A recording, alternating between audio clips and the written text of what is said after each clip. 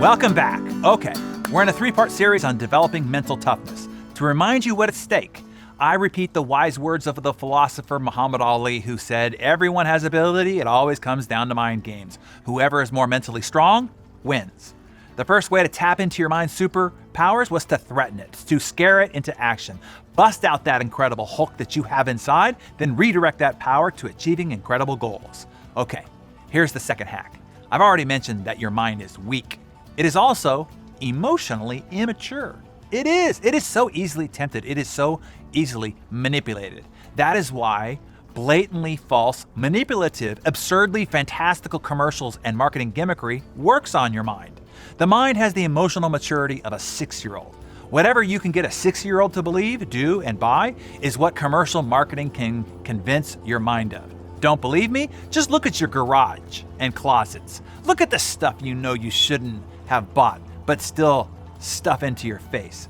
There's absolutely no logic to why we consume things like donuts and cupcakes and fast food and soda. Those are the choices of a 6-year-old. Mental toughness is about emotional control. Once you learn to manipulate or control your emotions, then you can control your choices and thus your life. Remember, the winner in life will come down to who is mentally strong. So here's how you do it. Stop fighting it. You wouldn't trust your 6-year-old to make important life choices, would you? You shouldn't trust your mind either. You have to keep those decisions away from your mind. This is the primary secret ingredient inside the insane productivity system. It isn't about teaching you time management. It isn't about trying to tell you how to self-manage. That doesn't work. We know that by your results, if anything requires willpower, discipline, or self-control to succeed, you will fail. You see, willpower, self-control, and discipline will fail 100% of the time, over time. That's why all those books and blogs and other training programs have failed you. They tried to tell you to have willpower and to have discipline. That's a bad plan. Instead, you need to know how to set up a high-performance environment and daily method of operation that renders willpower and discipline unnecessary and obsolete. That is the only way you're going to get into and stay into your strength zone. Because here's some other bad news or good news. Your mind is also lazy. That's the bad news. The good news is, though, you can leverage that laziness as well if you know how. You can use that Aikido power that I've talked to you about before to use the weakness of your mind and turn that power source of your mind into doing it what you want it to do. You do this by making the behavior that you want to do super easy and convenient to do, and the bad behavior that you want to stop super difficult and inconvenient to do.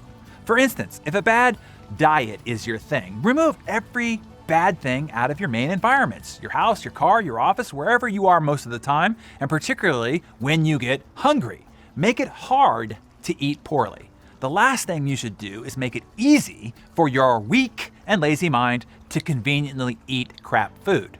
Remember Odysseus from Homer's Odyssey? He knew he'd fail to resist the siren's call, so he tied himself to his ship's mast. You too will fail to resist the siren's call, so remove the sirens. Now, once you've activated your incredible Hulk superpowers by showing it the potential danger, then you've removed any potential kryptonite that might derail or suppress that superpower. Now we need to govern that power as a force for good and keep it on the straight and narrow.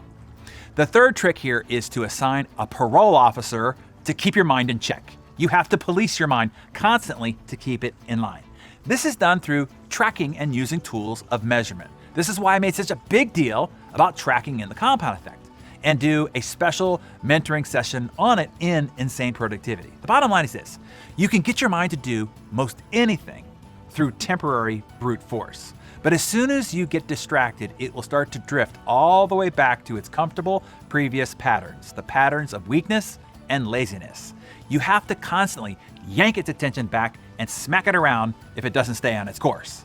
So take your one thing, the one area that you want to become mentally stronger in, and 1, threaten it into attention. 2, remove all the temptation to do the wrong thing. And 3, continually measure and monitor and track its progress like a parole officer.